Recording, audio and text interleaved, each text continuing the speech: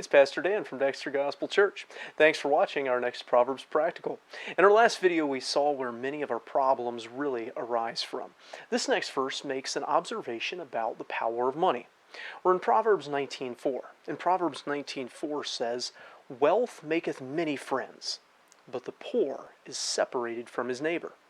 Now this verse makes a simple observation. It's not saying this is a good thing, it's just saying this is the way things are.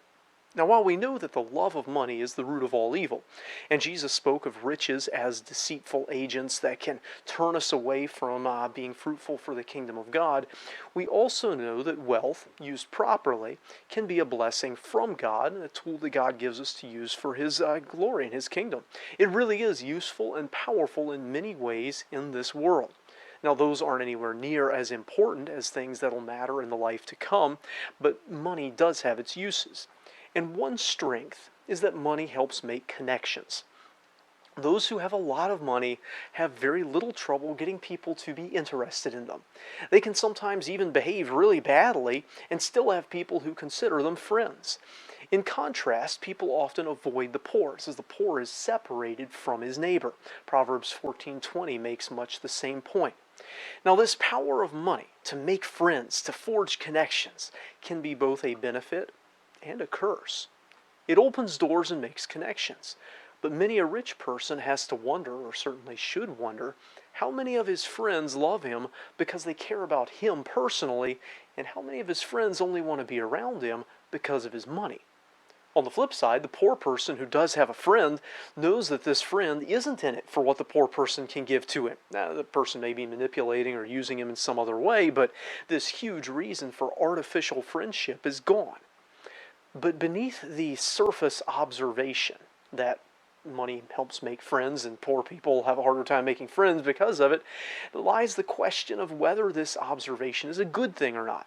And I suspect that the author is making this observation disapprovingly.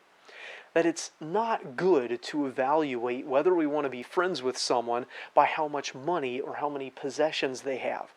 Their character and personality should be a lot more important.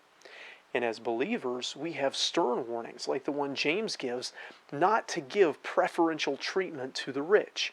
Human wealth is next to meaningless to God. He owns the cattle on 1,000 hills, and He can afford to pave the streets of His city with gold so pure it's like glass. And so human wealth to Him is nothing. Our values should align with His, not those of this world. So yeah, this is the way that the world works. Rich people have an easier time making friends because they've got a lot of money. Poor people, they're distanced from people because they don't have a whole lot.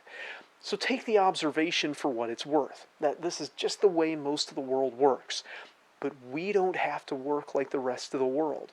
We should be something different, and that includes in our friendships and relationships. If this video is a help to you, hit like, subscribe to our channel if you haven't already. Share it around with your friends if it'll help them too.